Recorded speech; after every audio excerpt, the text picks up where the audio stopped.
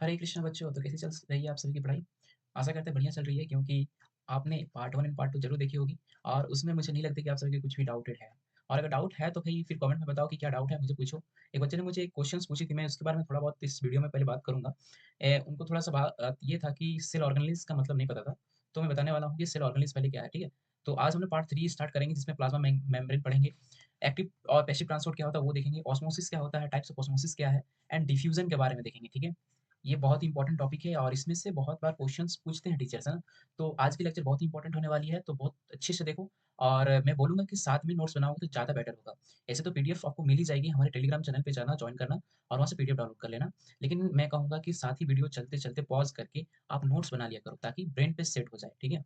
चलो, कोई ज़्यादा टेंशन नहीं लेना है, आज भी पढ़ेंगे बहुत ही आसानी वे में, बहुत ही ईज़ी वे में और अच्छे से याद भी हो जाएगी। क्योंकि मैंने ऐसे नोट्स बनाई शॉर्ट फॉर्म में छोटे-छोटे वर्ड व छोटे-छोटे सेंटेंस में बनाए कि आपको जल्दी याद भी रह जाए, ठीक है? तो मुझे पहले पिछले वीडियो में एक बच्चे ने पूछा था कि सर सेल ऑर्गेनेल्स क्या होता है, ठीक है? सेल ऑर्गेनेल्स क्या होता है? मतलब सेल ऑर्गेनेल्स शायद उनको समझ नहीं आ रही थी कि सेल ऑर्गेनेल्स क्या होता है। तो चलो इसके बारे में बताते हैं कि देखो सेल ऑर्गेनेल्स का मतलब होता है जैसे कि सेल के बॉडी पार्ट्स। एक तरफ से जैसे कि हमारे एक मनुष्य का एक व्यक्ति मनुष्य का उसका बॉडी पार्ट्स क्या-क्या हो जाता है। जैसे कि स्टमक हो जाता है ना, उसका क्या-क्या हो गया? स्टमक हो गया, किडनी हो गया, है ना? किडनी हो गया, फिर क्या हो गया? लंग्स हो गया, है ना? और क्या हो गया? और क्या जी? हार्ट हो गया, है ना? ये सब क्या है? हम लोग का बॉडी पार्ट्स ही है, जो हमारे अंदर है ना। एक मनुष्य का। तो उसी तरह सेल का बॉडी पार्ट्स नहीं बोल के उस जगह पे हम लोग यूज़ करते हैं ऑर्गेनेल्स, है ना? Cell organelles. तो इसके ऑर्गेनेल्स मतलब ये पार्ट अलग-अलग नाम के होंगे, जैसे कि हम लोग पढ़ेंगे आगे में। जैसे हम लोग एक देखे थे पहले न्यूक्लियस, न्यूक्लियस के बारे में चर्चा किए थे हल्का-फुल्का और भी इसके बारे में जानेंगे अच्छे से डिटेल में। न्यूक्लियस हो गया, फिर एंडोप्लाज्मिक रेटिकुलम, इसको शॉर्ट फॉर्म में ईआर बोलते हैं, आगे देखेंगे, है ना? फिर राइबोसोम्स देखेंगे, राइबोसोम्स, है ना? ये सब क्या है, इस तरह से आपके सेल्स ऑर्गेनेल्स होता है, जो सेल के मान लो ये सेल है, ये क्या है? एक सेल है और सेल के ऊपर ये मान लो न्यूक्लियस है। हर जगह इस तरह उसका अलग-अलग ऑर्गेनल्स प्रेज़ेंट होता है। ये साइटोप्लाज़्म क्या है? चारों तरफ से फ्लूइड लाइक सब्सटेंस है जो सेल की चारों ओर रहती है, उसके ऊपर ये सब ऑर्गेनल्स प्रेज़ेंट होती है ना। सबका अलग-अलग फंक्शंस है, जैसे हमारे में स्टमक का अलग फंक्शन है, किडनी का अलग फंक्शन है, लंग्स का अलग फंक्शंस है, हार्ट का अलग फंक्शंस है ना। उसी तरह सेल्स का ऑर्गेनल्स का भी अलग-अलग हम फंक्शंस भी देखेंगे, ठीक है? तो ये चीज़ समझ आ गई कि सेल ऑर्गेनल्स किसको कहते हैं? ओके, तो चलो अब हम लोग आगे पढ़ेंगे। आज हम लोग प्लाज़्मा मेम्ब्रेन देखेंगे, है ना? प्लाज़्मा मेम्ब्रेन याद है ना? हम समझाए थे इससे पिछले वीडियो में। प्लाज्मा मेम्ब्रेन हम लोग कहते थे क्या कि bodyguard of a cell. Cell का क्या कहते थे हम लोग? बॉडीगार्ड, है ना? प्लाज्मा मेम्ब्रेन का दूसरा नाम क्या है? यस, सेल मेम्ब्रेन, है ना? हम लोग शॉर्ट फॉर्म में उसको क्या कहते थे, बोलते थे? Prime minister, chief minister. अरे मोदी जी मत समझ लेना। पीएम, शॉर्ट फॉर्म हम लोग पीएम एंड सीएम बोलते थे ना। तो प्लाज्मा मेम्ब्रेन बोलो या तो सेल मेम्ब्रेन बोलो, एक ही बात है, ठीक है? दूसरा नाम है। तुम्हारे घर में भी एक नाम होता है ना? नाम का दूसरा नाम हो गया कुछ और, है ना? जैसे तुम्हारा नाम है गोलू, मोलू जो भी है। दूसरा प्लाज्मा मेम्ब्रेन और उसका दूसरा नाम है सेल मेम्ब्रेन, हो गया? तो इसके बारे में पढ़ते हैं। हमने बताया कि प्लाज्मा मेम्ब्रेन क्या है कि सेल का बॉडीगार्ड, मान लो ये सेल है और सेल के आउटर पार्ट में कोई पहरा दे रहा है और वो पहरा देने वाला कौन है? Plasma membrane. कौन है? Plasma membrane, okay. ये क्या करता है? कोई भी चीज को अंदर आने और अंदर से बाहर जाने का परमिशन देता है, ओके। क्या करता है? कोई चीज को अंदर आने और सेल से बाहर जाने का परमिशन देता है बॉडीगार्ड, है ना? बॉडीगार्ड ही बोलते हैं ना भाई तुम अंदर जाओ, तुम बाहर जाओ। वहां से गेट में जो खड़े होते हैं ना, उसको एंटर देता है कौन? यहाँ प्लाज्मा मेम्ब्रेन, ओके। यहाँ बॉडीगार्ड मत बोलना, यहाँ प्लाज्मा मेम्ब्रेन बोलना, ठीक है? सेल मेम्ब्रेन बोल सकते हो, ठीक है ना? क्या लिखा है? Outermost covering of the cell and it separate cell content from the external environment. बाहरी दुनिया से सेल का जो एक्सटर्नल ऑर्गेनल्स वगैरह सेल जो है उससे अलग करता है तुम्हारा ये प्लाज्मा मेम्ब्रेन, एक तरह से दीवार है, ओके। समझ आ गया? और इसको एक बहुत इंपॉर्टेंट क्वेश्चन, ये एक इंपॉर्टेंट क्वेश्चन है कि सेल्स प्लाज्मा मेम्ब्रेन को हम लोग सिलेक्टिवली परमिएबल मेम्ब्रेन क्यों कहते हैं, ठीक है? हम लोग प्लाज्मा मेम्ब्रेन को सिलेक्टिवली परमिएबल मेम्ब्रेन क्यों कहते हैं, ठीक है? ये इंपॉर्टेंट क्वेश्चन है क्योंकि कभी-कभी पूछ देता है, टीचर्स तुम्हारे पूछ देंगे कि प्लाज्मा मेम्ब्रेन को बताओ सिलेक्टिवली परमिएबल क्यों कहेंगे, ठीक है? तो इसके सिंपल से आंसर है कि प्लाज्मा मेम्ब्रेन कुछ गिने-चुने को ही अंदर आने देंगे और कुछ गिने-चुने को ही बाहर जाने देंगे। ये नहीं कि कोई भी अंदर आ सकता है, कोई भी बाहर जा सकता है, ठीक है? ये जिसको चाहेंगे उसी को अलाउ करेंगे एंटर होने का और यही ये जो चाहेंगे उसी को बाहर जाने का यही परमिशंस देंगे। कोई भी अंदर नहीं आ सकता, कोई भी अपने मन से बाहर नहीं जा सकता। जो प्लाज्मा मेम्ब्रेन चाहेंगे वही, है ना? तो इसलिए क्या है? इसलिए इसको सिलेक्टिव, है ना? सिलेक्ट करके बोलते हैं कि भाई तू, हाँ, तू रेड टी-शर्ट वाला तू अंदर आएगा। अरे तू तू बाहर जाएगा, है ना? तो ये जो है ये क्या करता है? Allow entry and exit of some material, है ना? जो इसको पसंद हो वही है। Prevent movement of some material, अलग मटेरियल को प्रिवेंट्स भी करता है सब मटेरियल से, ठीक है? और क्या करता है कि allow diffusion of substances like carbon dioxide and oxygen. अब डिफ्यूजन क्या है? एंड ऑस्मोसिस, इसके बारे में थोड़ा आगे हम लोग पढ़ेंगे इधर साइड में, ऐसे ऑस्मोसिस आई, ऐसे नीचे में डिफ्यूजन। तो फिलहाल वहाँ पे बताएंगे कि क्या है डिफ्यूजन, ठीक है। Regulate movement of substances in and out of the cell, है ना, रेगुलेट करता है अंदर और बाहर जाने का कोई भी सब्सटेंस को, है ना। और ये इंपॉर्टेंट लाइन, ये क्या है इंपॉर्टेंट लाइन आपका, कि प्लाज्मा मेम्ब्रेन हो है जो, वो क्या चीज से बनी हुई होती है, लिपिड एंड प्रोटीन्स, ठीक है। जो जो चीज मैं हाईलाइट कर रहा हूँ आप भी वहाँ पे हाईलाइट कर लेना, ठीक है।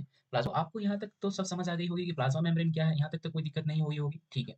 अब हम लोग पढ़ने जा रहे हैं active transport and passive transport के बारे में। ये बहुत इंपॉर्टेंट आपका है, active transport and passive transport, ठीक है। ये डिफरेंस बिटवीन कभी कभी आपके टीचर्स पूछ सकते हैं, तो क्या होता है sir active transport and passive transport. तो चलो इसको समझते हैं कि देखो, मान लो, क्या मानना है, चलो मान लेते हैं कि यहाँ पे ऑक्सीजन की मात्रा एक जगह पे बहुत ज़्यादा है, यहाँ ऑक्सीजन की मात्रा बहुत ज़्यादा है इस एरिया में, ठीक है। और इस एरिया में ऑक्सीजन की मात्रा बहुत कम है, ओके। तो जनरली क्या होगा कि ऑक्सीजन कहाँ से कहाँ फ्लो करेगा, high concentration to low concentration. आपको पता है ना कि कोई भी चीज कहाँ से कहाँ फ्लो करता है, हाई टू लो की ओर, ओके। तो इस समय पे हम क्या करेंगे, कैसा ट्रांसपोर्ट करा, ट्रांसपोर्टेशन हो रहा है ना ऑक्सीजन का, इस समय पे हम लोग बोलेंगे, इस ट्रांसपोर्ट को बोलेंगे पैसिव ट्रांसपोर्ट। क्या बोलेंगे, पैसिव ट्रांसपोर्ट। अगर high concentration to low concentration जाता है तो हम उसको बोलते हैं कि ये पैसिव ट्रांसपोर्ट हो रहा है, ओके। लेकिन अगर हम इसके विपरीत जाएंगे, मतलब low concentration to high concentration, तो हम इस जगह में इसको बोलेंगे कि ये एक्टिव प्रोसेस हो रहा है।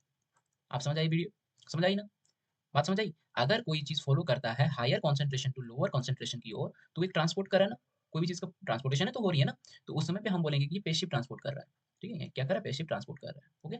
लेकिन अगर कोई लो कॉन्सेंट्रेशन से हाई कॉन्सेंट्रेशन की ओर फॉलो कर रहा है, तो हम बोलेंगे वो एक्टिव ट्रांसपोर्ट है। क्या बोलेंगे उसको, एक्टिव ट्रांसपोर्ट। अब सर क्यों बोलेंगे एक्टिव ट्रांसपोर्ट और पैसिव ट्रांसपोर्ट, ऐसा क्या नियम है। तो देखो, एक्टिव का मतलब है यहाँ पे कि यहाँ पे एनर्जी का यूटिलाइज हो रहा है, क्या हो रहा है, एनर्जी का यूटिलाइज हो रहा है, ठीक है ना। जहाँ एक्टिव शब्द आ रहा है इसका मतलब समझ लो कि इस प्रोसेस के दौरान यहाँ पे क्या लग रहा है, एनर्जी लग रहा है, क्या लग रहा है, एनर्जी लग रहा है। जैसे कि मान लो कि यहाँ पे एक टैंक ले लिया, यहाँ पाइप है जी, ठीक है, और यहाँ पे भी एक टैंक ले लिया, ओके। अब इस टैंक में यहाँ तक पानी है और इस टैंक में यहाँ तक पानी है, ओके। तो पानी कहाँ से कहाँ फ्लो करेगा, हाई टू लो, कहाँ से कहाँ जाएगा, हाई टू लो। तो इस एरिया में हम बोलेंगे कौन सा ट्रांसपोर्ट हो रहा है, तो आप बोलेंगे कि पैसिव ट्रांसपोर्ट हो रहा है, क्योंकि कहाँ से कहाँ फ्लो कर रहा है, हाई से लो। लेकिन लेकिन यहाँ पे ज़्यादा पानी है, यहाँ ज़्यादा पानी है और यहाँ पे इस टैंक में कम पानी है, ओके। यहाँ तक ही पानी है, यहीं तक पानी। फॉलो तो करना चाहिए हाई कॉन्सेंट्रेशन लो कॉन्सेंट्रेशन, लेकिन अगर हमको कराना है कि लो से हाई की ओर जाए, तो हमको क्या लगाना पड़ेगा, यहाँ पे एक मोटर लगाना पड़ेगा। मोटर लगाएंगे ना जी, होता है ना मोटर लगाने की। मोटर लगाएंगे तो क्या करेगा, यहाँ पे इसको पंप के द्वारा हम यहाँ से यहाँ उसको पानी को फ्लो करवा सकते हैं। तो यहाँ पे क्या हो रहा है, मोटर लगा तो यहाँ पे तुम्हारा एनर्जी लगा ना जी, बाहरी एनर्जी लगा ना, इलेक्ट्रिसिटी लगा ना। तो इसी तरह अगर कोई चीज हाई कॉन्सेंट्रेशन से लो कॉन्सेंट्रेशन का आता है तो हम कहते हैं उसको पैसिव ट्रांसपोर्ट, लेकिन अगर कोई लो से हाई की ओर जाता है तो हम उसको कहते हैं active transport. Is it clear, आशा करते समझ आ गई होगी, ओके। तो देखो, वही है सब्सटेंस मूव फ्रॉम, क्या है, substance move from their lower concentration to higher concentration, high low से हाई जा रहा है तो उसको हम क्या बोल रहे हैं, एक्टिव ट्रांसपोर्ट। लेकिन पैसिव में क्या है, from higher to lower, okay. इसमें क्या हो रहा है, इट रिक्वायर्स एनर्जी, एनर्जी किस फॉर्म में होता है, यहाँ पे एटीपी के फॉर्म में रहेगा, और यहाँ कोई एनर्जी की जरूरत नहीं होती है ना। It is rapid movement, active transport कैसा होता है, रैपिड होता है, थोड़ा फास्ट होता है। और पैसिव ट्रांसपोर्ट हमारा स्लो होता है। Movement of large molecules, active transport में बड़ा बड़ा मॉलिक्यूल्स का मूवमेंट होता है, ठीक है। और पैसिव ट्रांसपोर्ट में तुम्हारा स्मॉल मॉलिक्यूल्स का ट्रांसपोर्टेशन होगा। इज इट क्लियर, यहाँ तक समझ आ गई आपको। चलो अब हम लोग आगे बढ़ते हैं, ऑस्मोसिस। अब हम लोग पढ़ने वाले ऑस्मोसिस क्या होता है। यहाँ तक आपको समझ आ गई होगी आशा करते हैं, और अगर नहीं समझ आई तो फिर दोबारा वीडियो को चालू करो, बैक करो और देखो, फिर आपको जरूर समझ आ जाएगी, ओके। ऑस्मोसिस क्या होता है सर, चलो डरते क्यों, इसको भी पढ़ लेते हैं, क्या दिक्कत है ऑस्मोसिस के बारे में। चलो देखो, अब यहाँ पे हम लोग डिफ्यूजन एंड ऑस्मोसिस का अलग से एक देखेंगे। डिफरेंस बिटवीन 5 याद रखोगी काफी है, क्योंकि कभी कभी डिफ्यूजन एंड ऑस्मोसिस क्वेश्चंस या डिफरेंस बिटवीन पूछ देते हैं कि डिफरेंस बिटवीन बताओ भाई, डिफ्यूजन का क्या है, ऑस्मोसिस क्या है।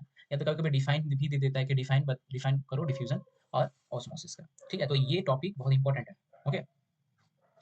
तो चलो भाई पढ़ते हैं, इसको क्या बोलते हैं, हाँ, डिफ्यूजन, सॉरी, पहले हम लोग पढ़ते हैं ऑस्मोसिस, ठीक है, उसके बाद हम लोग पढ़ेंगे नीचे में डिफ्यूजन, ओके। ऑस्मोसिस का मतलब होता है कि osmosis is the passage of water molecules across semi-permeable membrane from a solution with high concentration to a solution with low concentration। देखो, नहीं समझ आई तो चलो कोई बात नहीं, हम समझाते हैं ना, हम क्यों बैठे हैं। मान लो ये सेल है, क्या है, सेल। अब सेल में क्या हो रहा है कि वाटर का मूवमेंट हो रहा है, किस चीज का हो रहा है, वाटर का। कहाँ से कहाँ हो रहा है, जनरली होता कहाँ से high concentration to low concentration. मान लो वाटर की सेल के अंदर वाटर की मात्रा कम है, ठीक है, H2 की मात्रा क्या है यहाँ पे, H2 की मात्रा क्या है, कम है, और बाहर क्या है, H2 की मात्रा ज्यादा है। तो क्या होगा, बाहर से अंदर की ओर आएगा, होगा कि नहीं, बाहर से अंदर की ओर आएगा। तो इस प्रोसेस को हम लोग बोलते हैं, अगर वाटर मूवमेंट की, वाटर मॉलिक्यूल्स की पासेज हो रहा है, ठीक है, मूवमेंट हो रहा है सेमी परमिएबल मेम्ब्रेन के द्वारा। सेमी परमिएबल मेम्ब्रेन पढ़े ना हम लोग, सेल मेम्ब्रेन, इसके आर पार, इसी से जाएगा ना अंदर बाहर, इसी से ना होगा, सेमी परमिएबल मेम्ब्रेन से। तो इस मूवमेंट को हम लोग कहते हैं ऑस्मोसिस। यहाँ ऑस्मोसिस समझ आ गया तो समझ लो यहाँ लिक्विड का बात हो रहा है, और लिक्विड का बात हो रहा है मतलब ये सेमी परमिएबल मेम्ब्रेन के मेन इंपॉर्टेंट डिफरेंस यहाँ पे समझेंगे। सेमी परमिएबल मेम्ब्रेन के बाहर से अंदर या अंदर से बाहर का मूवमेंट करवा सकता है, ऑस्मोसिस में ये होता है, ठीक है। टाइप्स ऑफ ऑस्मोसिस क्या होता है, एक होता है, दो तरह का ऑस्मोसिस होता है, एक होता है एंडो ऑस्मोसिस, एंड होता है एक्सो। एंडो एंड एक्सो का मतलब देखो, देखो एंडो मतलब क्या हो रहा है, बाहर से अंदर की आ रहा है, एंडो इन हो रहा है ना, एंडो सबसे थोड़ा हो रहा है अंदर, है ना, अंदर की ओर मूवमेंट हो रहा है वाटर का। कहाँ से देखो, कहाँ से, ये सेल है, मान लो ये सेल है, और यहाँ से क्या हो रहा है, बाहर से अंदर की आ रहा है। तो जैसे ही एंडो ऑस्मोसिस बोलेंगे तो समझ जाओ कि वाटर कहाँ से कहाँ फ्लो कर रहा है, वाटर मॉलिक्यूल्स बाहर से अंदर की ओर फ्लो कर रहा है। तो जैसे सेल पे तुम्हारा पानी भरेगा तो क्या होगा, सेल फूलने लगेगा, है ना। मान लो एक बैलून ही है, अगर बैलून के बाहर से तुम हवा भरते हो या पानी भरते हो तो क्या होता है, बैलून फूलने लगता है ना। उसी तरह सेल, तुम्हारा सेल से बाहर से अगर अंदर पानी घुसेगा तो क्या होगा, स्वेल कर जाएगा ना। The process in which the water molecule solvent enter into the cell, cell swell, swell मतलब क्या होता है, फूल जा, देखो यहाँ पे क्या हो रहा है, एंडोस्मोसिस में फूल जा रहा है। वही इसका जस्ट अपोजिट है एक्सोस्मोसिस। एक्सो मतलब सेल के अंदर से वाटर मॉलिक्यूल्स बाहर की ओर आ रहा है, अंदर वाटर मॉलिक्यूल्स बाहर की और आ रही है तो समझ लो एक्सोस्मोसिस। और जैसे ही ये बाहर आएगा तो क्या होगा, सेल सिकुड़ जाएगा, है ना, सिकुड़ जाएगा, इसलिए यहाँ पे क्या लिखते हैं, सेल श्रिंक। समझ आ गया। तो समझ लो ऑस्मोसिस का मतलब क्या है, movement of water molecules, okay, water molecules का मूवमेंट है ना अक्रॉस सेमी परमिएबल मेम्ब्रेन, है ना। तो उसी को हम लोग कहते हैं ऑस्मोसिस। दो तरह का, एंडोस्मोसिस एंड एक्सोस्मोसिस। एंडो मतलब बाहर से अंदर, एंड एक्सो मतलब अंदर से बाहर। Okay, is it clear. चलो अब हम लोग पढ़ते हैं डिफ्यूजन। डिफ्यूजन का मतलब क्या होता है कि डिफ्यूजन का मतलब होता है process of movement of substance, solid, solid generally नहीं, ठीक है, जनरली क्या है, liquid and gas, the movement of a substance liquid और gas from a region of higher concentration to the region of lower concentration as to spread uniformly. मतलब यहाँ पे क्या हो रहा है, ऐसा मूवमेंट जिसमें लिक्विड और गैस की मूवमेंट हो सकती है, कहाँ से कहाँ, high concentration to high concentration to low concentration की ओर, तो उसको हम डिफ्यूजन कहते हैं। तो सर हमने तो जस्ट अभी पहले भी पढ़ा, ऑस्मोसिस में लिक्विड की होता है, वाटर की मूवमेंट, लिक्विड तो वहां आया सर ऑस्मोसिस, डिफ्यूजन में भी कैसे आएगा, डिफ्यूजन तो जनरली गैस का होना चाहिए, है ना।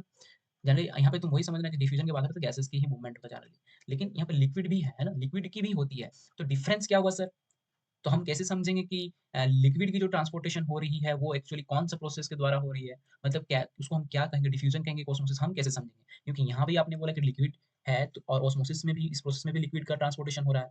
तो सर हम कब यूज करेंगे डिफ्यूजन, कब करेंगे ऑस्मोसिस। तो देखो बहुत इंपॉर्टेंट है, ये बहुत इंपॉर्टेंट है, याद रखो। देखो क्या है कि हम अपनी अभी ऑस्मोसिस में क्या देखा कि अगर सेल के बाहर से अंदर की अगर वाटर की मूवमेंट हो रही है, या तो अंदर से बाहर की ओर मूवमेंट हो रही है, किसकी, लिक्विड की, किसकी, लिक्विड की, तब हम लोग उसको कहते थे ऑस्मोसिस। लेकिन डिफ्यूजन की केस में भी वाटर की भी होगी मूवमेंट, वाटर मॉलिक्यूल्स की भी हो रही है, गैस की तो होती ही है लेकिन वाटर की भी हो रही है। लेकिन यहाँ पे क्या केस है, यहाँ पे सेल के अंदर हो रही है। मान लो इस एरिया में तुम्हारा ऑक्सीजन की मात्रा, ऑक्सीजन की मॉलिक्यूल्स बहुत ज्यादा है, और इस एरिया में ऑक्सीजन की मॉलिक्यूल्स कम है। तो यहाँ से यहाँ ऑक्सीजन की मॉलिक्यूल्स क्या करेगी, शिफ्ट करेगी, कैसा करेगी, high concentration to low concentration. तो यहाँ पे मूवमेंट हुआ ना वाटर वाटर मॉलिक्यूल्स की, हुई ना। तो इस जगह पे हम बात करेंगे यहाँ पे कौन सा प्रोसेस की जा रही है, डिफ्यूजन हो रही है। बात समझ आई, समझ आएगी। मतलब मेन डिफरेंस क्या हुआ यहाँ पे, ऑस्मोसिस में सेमी परमेबल मेम्ब्रेन के आर या पार अगर वाटर मॉलिक्यूल्स की मूवमेंट हो रही तो हम उस जगह पे यूज करेंगे ऑस्मोसिस। लेकिन अगर सेल की इनसाइड में ही अगर हो रही वाटर मॉलिक्यूल्स की मूवमेंट तो हम कहेंगे उसको डिफ्यूजन। इज इट क्लियर, समझ आ गई। हाँ, और डिफ्यूजन का मतलब होता है गैसेस का, है ना, हम लोग यहाँ पे पढ़े थे ऊपर, हम बताए थे डिफ्यूजन बताएंगे क्या होता है ना। Allows diffusion substance like carbon dioxide और ऑक्सीजन। कार्बन डाइऑक्साइड ऑक्सीजन क्या है, गैस है, क्या है, गैसेस है ना। वो तो गैसेस की ट्रांसपोर्टेशन करवाने का भी हेल्प करता है यहाँ पे प्लाज्मा मेम्ब्रेन, है ना। समझ आ गई। तो डिफ्यूजन ऑस्मोसिस का समझ आ गया। तो यही है इसका डिफरेंस बिटवीन देखो क्या है, it is the phenomenon of moving particles from a region of higher concentration to a region of lower concentration, है ना। डिफ्यूजन में क्या क्या आ जाता है, जनरली लिक्विड एंड यहाँ पे बताया है ना, लिक्विड एंड गैसेस आती है ना, कहाँ से कहाँ होता है, higher concentration to lower concentration. वही ऑस्मोसिस का phenomenon movement of particles semipermeable across semipermeable membrane, है ना, region of low concentration solid concentration to more solid concentration. इसमें क्या जनरली क्या होता है, लिक्विड ऑनली, इसमें सिर्फ लिक्विड की ही अगर बात होती है तो ये हो जाएगी osmosis. No membrane separation is required है, यहाँ पे कोई मेम्ब्रेन सेपरेशन की जरूरत नहीं पड़ रही है डिफ्यूजन में, है ना, सेल के अंदर ही हो रही है। यहाँ पे तुम्हारा सेमी परमेबल मेम्ब्रेन की जरूरत पड़ती है ना, अंदर बाहर जाने के लिए सेमी परमेबल मेम्ब्रेन की जरूरत पड़ रही है ना। Water is not necessary for movement, यहाँ पे जनरली क्या डिफ्यूजन का बात आता है, मतलब गैसेस समझ लेना, गैसेस का ट्रांसपोर्टेशन है यहाँ उतना इंपॉर्टेंट नहीं है, वाटर की बहुत कम रेयर में, लेकिन यहाँ पे वाटर मेन सॉल्वेंट होता है जिसमें तुम्हारा मूवमेंट हो रहा है ऑस्मोसिस के केस में ना। The follow constituent is in all direction. यहाँ पे क्या हो रहा है, कोई भी डायरेक्शन में हो सकता है। The follow constitution occur in one direction, इसमें क्या हुआ, कोई एक ही डायरेक्शन फॉलो होता है, या तो अंदर से बाहर या तो बाहर से अंदर। Is it clear? आपको समझ आ गई डिफिजन ऑस्मोसिस की ये जो आपकी डिफरेंस बिटवीन है, वेरी वेरी इंपॉर्टेंट है एग्जाम फैक्टर के लिए, एग्जाम पॉइंट ऑफ व्यू से। तो भाई 5 पॉइंट मैंने यहाँ पे लिखे हैं, आराम से याद कर लो। बहुत ईज़ी पॉइंट है, एक-एक लाइन का है, आराम से याद हो जाएगा, है ना? कोई दिक्कत नहीं है। समझ आ गई ऑस्मोसिस क्या है, डिफ्यूज़न क्या है? आप कोई पूछेगा, टीचर अगर पूछेगा तो बता दोगे ना? चलो बहुत बढ़िया, अच्छे से। एक्टिव ट्रांसपोर्ट समझ आ गई, एक्टिव जहाँ पे तुम्हारा एनर्जी खर्च हो रही है, पैसिव में कोई एनर्जी खर्च नहीं हो रही है ना? याद है? छोटा-छोटा देखो पॉइंट कितने अच्छे से मैंने आपको बताया है, डिफरेंस बिटवीन एक-एक लाइन का। रैपिड मूवमेंट, स्लो मूवमेंट समझ आ गई यहाँ पे। सेमी परमेबल मेम्ब्रेन के बारे में समझ आ गया। बॉडीगार्ड है सेल का, है ना? एंटरिंग और आउट, जाने का आने का यही परमिशन देता है, कौन जाएगा आएगा। इसलिए इसको सिलेक्टिवली परमेबल मेम्ब्रेन इसलिए कहा जाता है क्योंकि कुछ गिने-चुनिंदे को ही ये सिलेक्ट करके ही भेजता है अंदर बाहर करने का काम, है ना? और एक चीज़ क्या मैंने बताया कि ये लिपिड एंड प्रोटीन से मिलके बनी हुई होती है। ये बहुत इंपॉर्टेंट है, याद रखना। समझ आ गई? तो आज की वीडियो में बच्चों यहीं तक, आज पार्ट 3 आपका कंप्लीट होगी। अगर इस वीडियो से कोई आपको डाउट होती है, तो कमेंट सेक्शन में बताना। मैं नेक्स्ट वीडियो में उसको सॉल्व करने का कोशिश करूँगा, ठीक है? सॉल्व करने का कोशिश क्या करूँगा, मैं आपको सॉल्व करके ही दे दूँगा। आप कोई भी क्वेश्चन पूछ सकते हैं। कोई भी अभी तक जितने भी तीनों वीडियो में से कोई भी अगर डाउट है, जाके कमेंट सेक्शन में बताओ कि क्या डाउट है। और इसके पीडीएफ नोट चाहिए तो भाई जाओ डिस्क्रिप्शन में देखो, अभी लिंक दिया हुआ है टेलीग्राम चैनल का, वहाँ जाके जॉइन कर लो, क्योंकि वहाँ पे हर एक अपडेट, हर एक वीडियो का पीडीएफ आपको मिलेगी। वहाँ से डाउनलोड कर लो और अपना एक नोट्स पर्सनल बनाओ। ये नोट्स काफ़ी है, बना लोगे? चलो, तब मिलते हैं अगले वीडियो में, तब तक पढ़ते रहो।